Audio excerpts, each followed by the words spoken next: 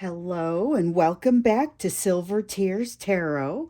Today we're going to do something special. So we have, you guys often will send me images or ideas about your relationship, ideas for potential questions, just questions you have. And I've noticed a lot of patterns in those questions, and I've begun to group them because oftentimes there are a lot of emails. And so one trend that I've noticed is a lot of influence from outside third parties, just sort of influencing your person's actions and influencing the way they think. So we're going to weave that into today's message. But the real question that keeps coming up is, with what else do I need to know about this energy of return? So in some cases, you have people who have had a little bit of additional communication, but maybe it has not been especially rewarding or not very conclusive. It's very brief. In some cases, you guys are having a pretty good time,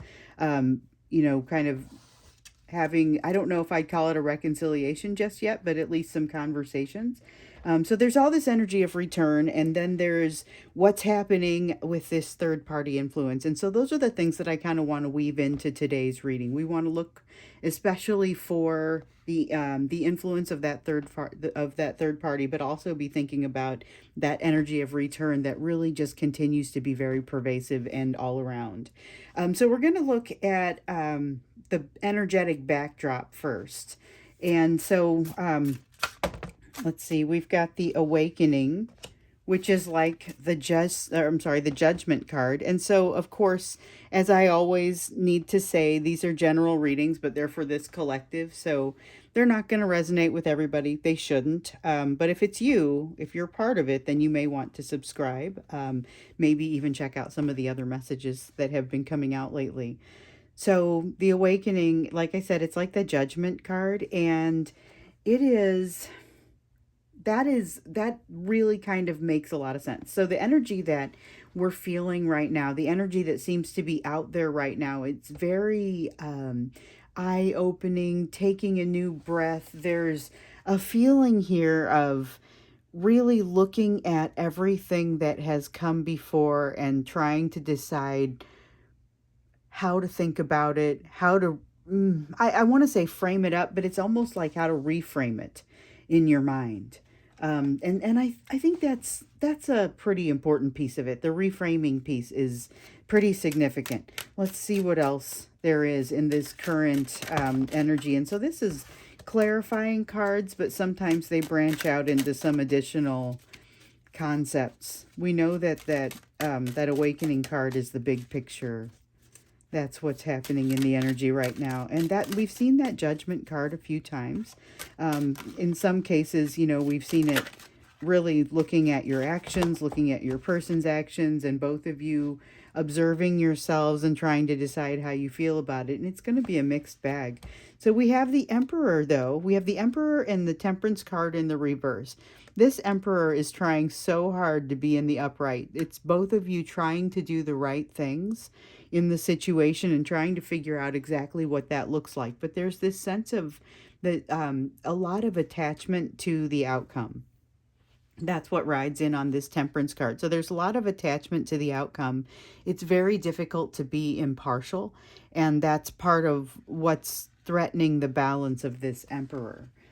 So that's one of the things that you're able to see as you're sort of looking over this situation.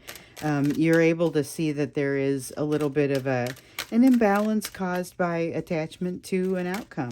I mean, it's a really hard thing to get around. There are a lot of the people, and this is why, really have a strong attachment to the outcome, and it's difficult then to have that Emperor balance, that masculine energy balance. You want your masculine and energy to be balanced within you and then across the relationship.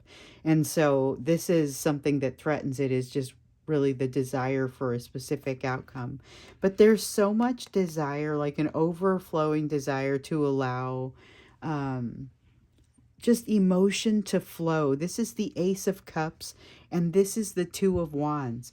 This Two of Wands represents a little bit of a crossroads energy, but it's a crossroads energy that is not necessarily the first time at this crossroads. So there's a decision that you and your person really kind of have to make. And this is the energy of having to make that decision, but there are definitely some things over here that are influencing it, making it a little bit tougher. And I'm not necessarily getting into the third party at this point. This is more internal. But there, in addition to that, with some of the influence of the third parties that you guys have been writing in about, in a lot of cases, it's it's a sibling or it's a family member. There's a lot of family members. There are also some very close friends. One is like a former best friend, and it's just a really, it's difficult to see so many of these types of situations starting to materialize, but that's what's happening with our collective right now. And that's one of the reasons that, I like to read the emails that come from you guys, the notes that come from you guys, because it gives me an idea of really kind of where the collective is. But there are a lot of notes, so sometimes I kind of have to collect everything together to make the right questions. Okay, so the Six of Wands coming out in reverse here. There is this feeling of overwhelm, and it's driven partially by the fact that it's like you're tired. You just want something to happen already and to be done, and so that it's resolved so that you guys can go about your business. There is a lot of love, a lot of emotion, a lot of desire to allow that emotion to flow, but it's as if it's not time yet. And so there's this ability to really shine and allow something exciting to happen, but it's being quashed right now. So there's a sense of not being ready to do this exciting thing. So this is the Ace of Wands, and it represents something very exciting. It may or may not be the thing that wants to set your soul on fire. However, it is definitely, it's something that is would light you up, would brighten things up a little bit. You do have a variety of options as it relates to this, and yet it's not super clear what these options are, and there's a lot of a desire to control this. But there is some resistance to learning the lessons. So the resistance to learning the lessons, and I'm just kind of rolling and not really explaining the cards. We've got the King of Wands in the reverse. There's the desire to really want to control it. That Seven of Cups I had been talking about with regard to all of the options that you have available, but not necessarily being able to see what they are or being able to have good clarity around them. There's a lot happening right now, and it's kind of like you can only take in so much information at one time. And this card, the Page of Coins in reverse, talks about there being lessons available, but not necessarily the ability to get in and truly learn these lessons right now. So let's see if anything else wants to come out for that, because this is it's a very holding pattern sort of energy, but it's also judgment. It's got that sense of judgment. And I think we don't actually want any more cards on that question. So this is what's happening in the energetic backdrop right now. Now we're going to look into what you need to know. There is so much of this energy of return, and we feel a lot of influence from third parties who are sometimes their spouses, sometimes their family members, sometimes, and I'm not saying spouses aren't family members, but they're a special kind. Sometimes they're the significant other, the spouse, the long-term relationship partner. Sometimes it's somebody in the family, sometimes it's a friend, but there's just an awful lot of it that's kind of coming out right now. So let's look into it with regard to that third party energy and what you need to know, as well as all of this energy of returning and coming back. There's a lot of overwhelming back and forth sort of. Okay, so it's awakening some pain. The pain of, not just the ending. So not just the pain of the ending that the two of you have experienced, and the ending is not going to look the same for everybody. So in some cases, it's a breakdown in communication.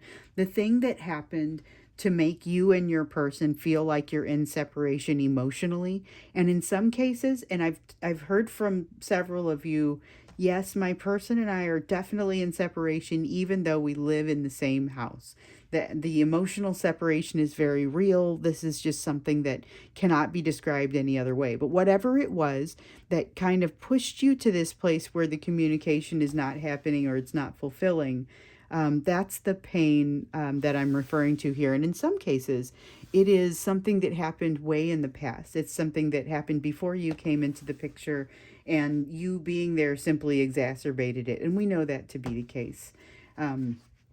So I get that tangled web sort of sense, what a tangled web we weave with that Ten of Swords. So it's pain that is not a, oh wait, I don't want to use this deck, but I guess I do want this card. It's pain that limits, it's a pain that sort of makes you not be able, it's insurmountable, but something that you can work around in a functional way on a daily basis.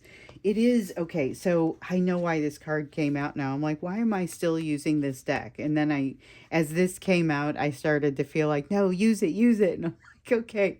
So I see it, and it's bouncing off of this one. It's the Seven of Cups. This is also the Seven of Cups. These are all the options. And remember, we talked about the options not necessarily being super clear. It wasn't necessarily obvious what to do with these options, even though they're all kind of in front of you. This pain and the issues surrounding this are what makes it so cloudy and so difficult to understand what to do next. So now I'll pick up the deck that I meant to pick up. I guess I was meant to pick this one back up, but I didn't expect to see it in my hands or to feel like, oh no, you need to keep that card. All right, so looking into what else you need to know with regard to all this return energy and the influence of that third party. There's a lot of cloudiness. There's a lot of pain that kind of keeps reverberating. That's the right word for this. It's just sort of reverberating. And let's see what jumped out here. So we have the Lovers card. We've been seeing a lot of that one lately. And we've got the Knight of Coins. So the Knight of Coins is a relatively slow energy, slow moving, but very consistent, steady, and dependable. This is something that ultimately does get the job done. And I get that sense with this. It's almost like the way the Star card feels when it feels like it's got that sense of inevitability. So that's how this Knight of Coin feels. It's got a sense of inevitability, but the nuance is that it's moving fairly slowly. This Lovers card also has a sense of inevitability because it sort of illustrates the bond between the two of you. And it talks about how it's an unbreakable bond because you are made of the same energy. You're the same thing. So it's you're very much connected. This is a close soul connection. I've heard it described a lot of ways. Oftentimes you'll hear about it described as having a twin flame dynamic. And it's a set of characteristics in a relationship that is really challenging because a lot of times it is subject to influence of other parties. It is something that is the two of you keep feeling like you're being magnetized back toward one another, but it's really about the lessons that you're learning. So you can be magnetized back repeatedly, but you can progress no more quickly than you learn the lessons that are in your path. And so this Lovers card implies all of that. Okay, so we've got the Moon card that has come out here. And I guess with this one, this is critical to understand that there's a lot of mystery that's still happening within this situation. There's a lot here that kind of hasn't been sorted out or hasn't been figured out, I guess you'd say. And then with the Six of Coins in reverse, remember the give and take has not quite been equal with regard to this situation. That's pretty significant.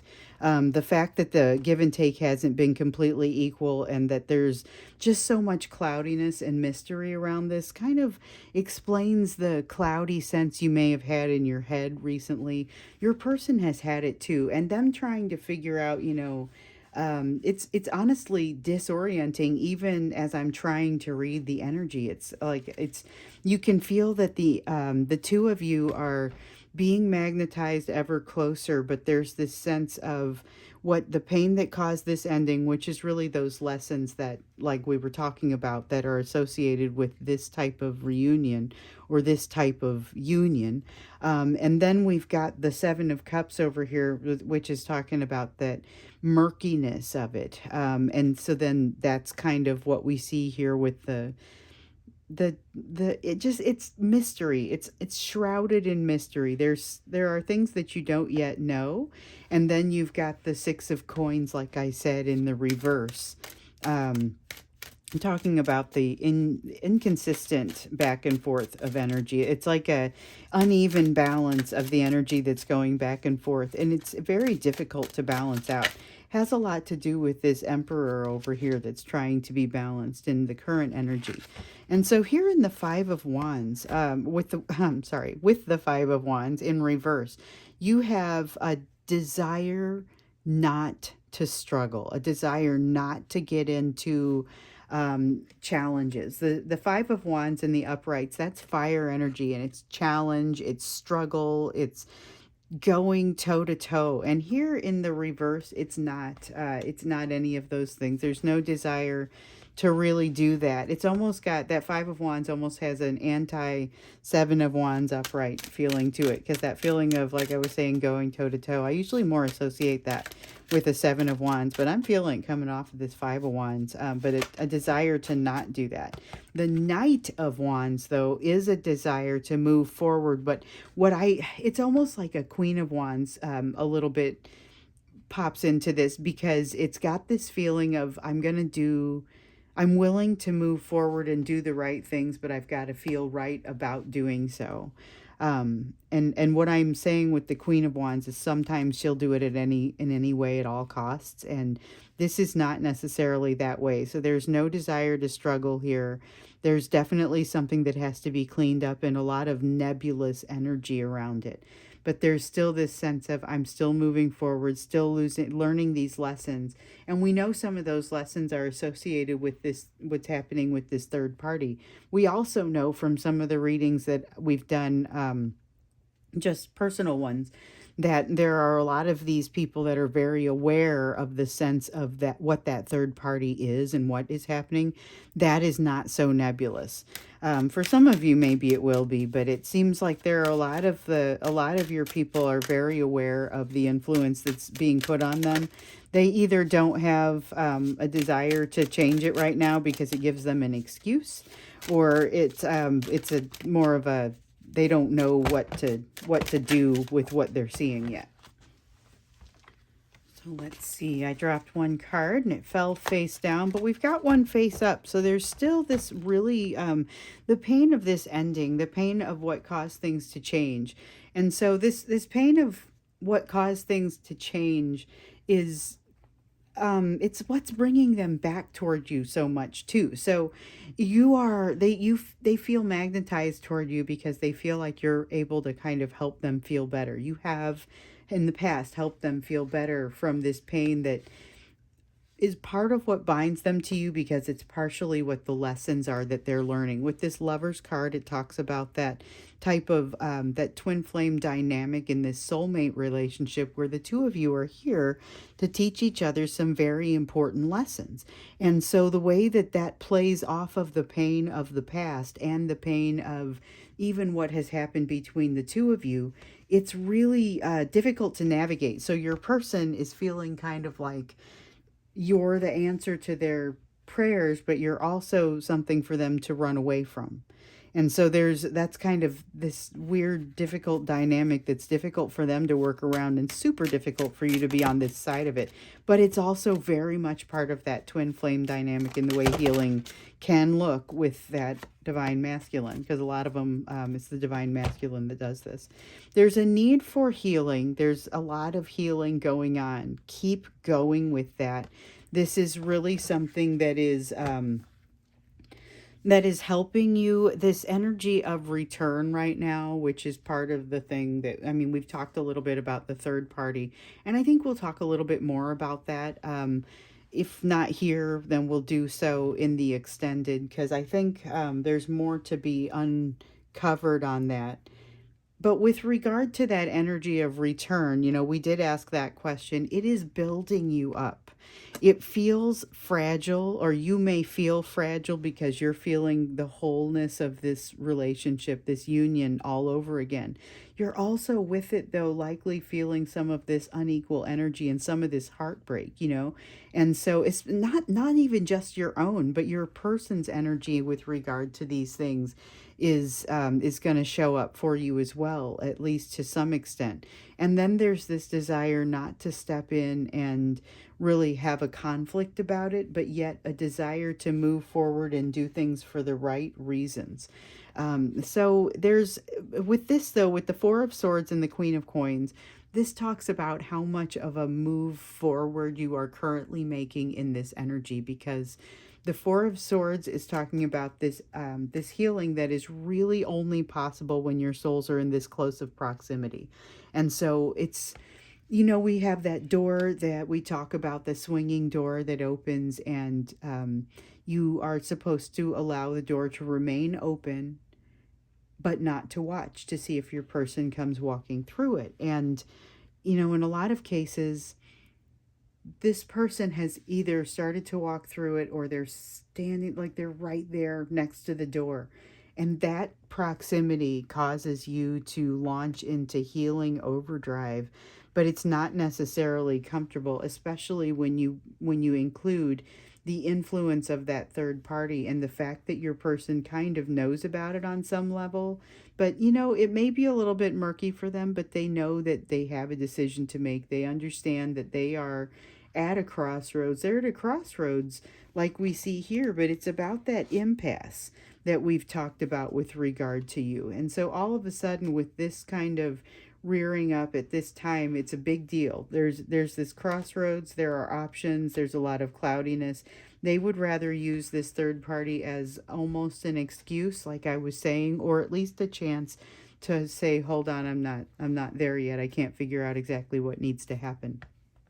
So I think we're definitely going to go into the extended to look a little bit more about just what's happening with this third party energy, as well as what's happening with the energy of this return, because it is convoluted, but it is also, we're seeing the patterns. There are a lot of patterns that have popped up across these readings. And so it's interesting. It's like there is this constant stream of movement going forward. It's just not quick, but that's everything that this card says. So before we go into the extended, let's look at what you can focus on. And it's what you can focus on right now in light of everything that we've seen here. So it's a complex situation. You are in the business end of what appears to be a soulmate situation with a twin flame dynamic, and that is just challenging to navigate. Did you guys see this spin around like that? That is the Seven of Swords. So this is doubting yourself. Up here in the reverse, it almost has that I have good self-trust, good levels of self-trust, but as it spins around, it's like, or maybe I'm not right. There's definitely this sense of self-doubt that comes in with that. And let's see. All right, so self-doubt you're going to want to be aware of and to watch. Also be aware it's going to filter to others, or it has the potential to filter to others. Sorry, I dropped a couple, but I actually have one that's here and wants to be used. Make sure that you're having that connection with your higher power, your higher self. Engender that with your prayer, with your meditation, whatever your form of communication and getting close to your higher self is. Allow it to happen, because it allows you to heal and to maintain your healing.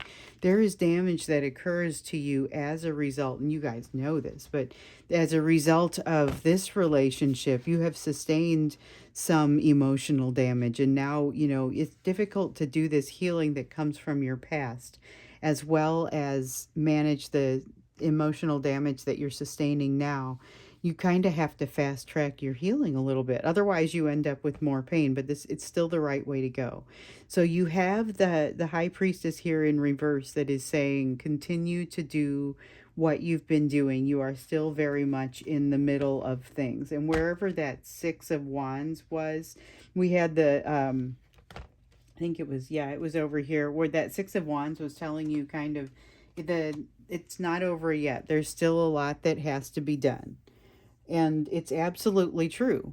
But it's not necessarily, so you're watching everything, you're in this place of almost judgment, but it's not necessarily passing. And that's where you start to notice that dovetailing in with your potentially feeling a little bit less self-assured.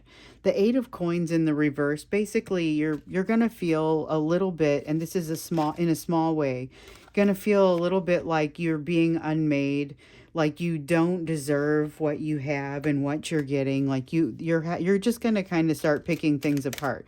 But I feel like this card that spun around here and showed your self-doubt is going to spin back around just as quickly, because it's more like a weak moment. You're going to get something out of your system, something is going to end, and all of this self-doubt and sort of, it's not even imposter syndrome. It's just a weird self-doubt that wouldn't usually plague you, and it's going to go away. So that's short-lived. That's something for you to understand, and just be aware of it for when you need to work through it. You've also got the Two of Swords here. It's a decision that you're having a hard time making. And with it being in the reverse like this, I get the sense that it's that decision is an impasse and a crossroads in itself. But it's one that, again, it doesn't matter which way you go, you're going to end up in the same place. It's a matter of having, and it does matter. I mean, you're going to have, one of them's a shorter path. The Page of Wands here is kind of giving you, this is that energy that you need. So this is exactly these little sparks. Cultivate these little sparks. These are the little sparks that are going to help you question when you have the self-doubt. Question it and say, wait a minute. After seeing a lot of evidence to the contrary, do I really still think this is true? You know, I mean, you're going to be able to look in and kind of you're going to have to expel something from your worldview. That's what I'm seeing with this Death card. Something gets expelled from your worldview, but that opens things up for new development, for new flow, and it's nothing but good. It doesn't make this decision any easier or any more possible. But it absolutely opens things up, and at least you feel like you reorient and start feeling right about things. Then this Page of Wands energy really takes off, and that it does so in the form of like a curiosity.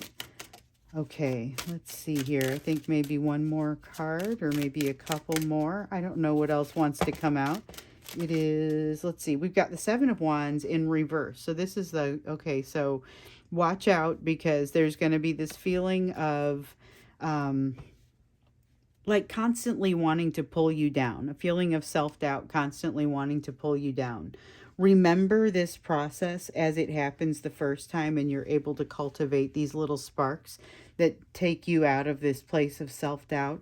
Remember those, because that's going to be very useful as you enhance that connection with your higher self and your intuition. Also, this Seven of Wands in the reverse is going to kind of turn itself in the upright, because you're going to begin to feel protective and ready to go.